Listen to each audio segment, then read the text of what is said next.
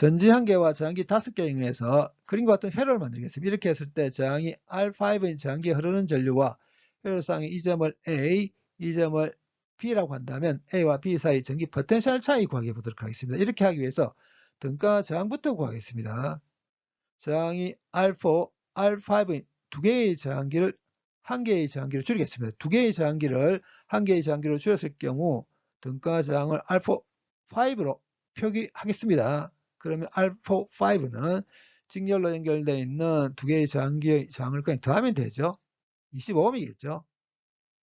이 회로에서 파란색으로 표시한 도수는 전기 포텐셜이 다 같습니다.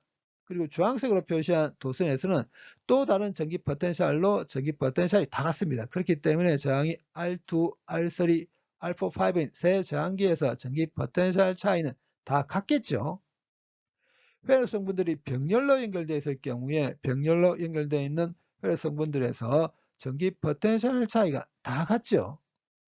그렇기 때문에 이 회로를 어떻게 그려도 상관이 없냐면 이렇게 그려도 상관이 없습니다. 그러니까 저항이 R2, R3, R4, 5인 세 개의 저항기가 병렬로 연결되어 있는 것으로 생각이 됩니다.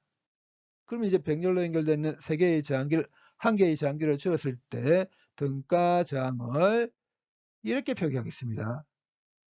그러면 이 녀석분의 1은 병렬로 연결되어 있는 저항기들의 저항분의 1을 더한 것과 같아야 되죠. R2와 R3, R4, 5 대입해서 구해보면 50분의 17 되거든요. 구하려고 하는 녀석이 이 녀석입니다. 그러면 이 녀석은 17분의 50, 그러니까 2.945ohm입니다.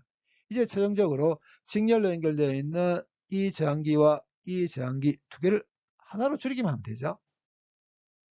직렬로 연결되어 있는 두 개의 저항기를 한 개의 저항기로 줄였을 때 등가 저항을 이렇게 표기한다면 이 등가 저항은 직렬로 연결되어 있는 두 저항기의 저항을 그냥 더하면 되니까 12.945ohm일 겁니다. 실제로는 저항기들이 이렇게 연결되어 있는데 이 저항기들을 한 개의 저항기로 가정할 경우에 그 한 개의 저항기가 갖는 저항이 12.945ohm입니다.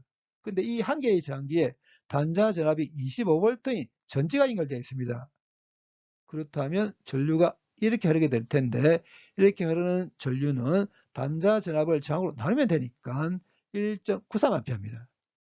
지금부터는 이제 오른쪽에서 왼쪽으로 가도록 하겠습니다. 이 저항기 한 개는 어떤 저항기냐면 직렬로 연결되어 있는 이 저항기와 이 저항기 두 개를 한 개의 저항기로 줄인 거죠. 회로 성분들이 직렬로 연결되어 있을 경우에 직렬로 연결되어 있는 회로 성분들에서 전류가 다 같습니다. 그렇기 때문에 직렬로 연결되어 있는 두 개의 저항기를 한 개의 저항기로 줄인다 하더라도 전류는 변하지 않습니다. 이 말은 이 저항기와 이 저항기 두 개에 흐르는 전류가 다 1.93A라는 걸 뜻합니다. 이 저항기에 1.93A의 전류가 흐르는 걸 알았습니다. 그러면 이 저항기에서 전기 포텐셜 차이 구해보겠습니다. 델타 V 이퀄 IR을 이용해서 바로 구할 수 있습니다. 5.68V입니다. 근데 이 저항기는 어떤 저항기냐면 병렬로 연결되어 있는 이 세 개의 저항기를 한 개의 저항기로 줄인 거죠.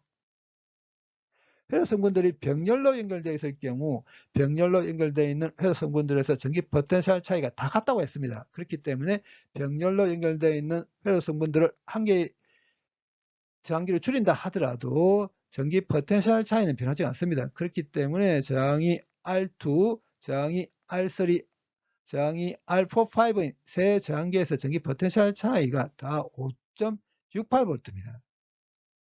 그러니까 여기에 비해서 여기가 전기 포텐셜이 5.68V만큼 높습니다. 그렇기 때문에 A에 비해서 B가 전기 포텐셜이 5.68V만큼 높습니다. 그러면 이제 저항이 R4, 5인 이 저항기에서 전기 포텐셜 차이가 5.68V가 알았습니다. 그리고 저항 R4, 5가 25ohm인 거 알고 있거든요.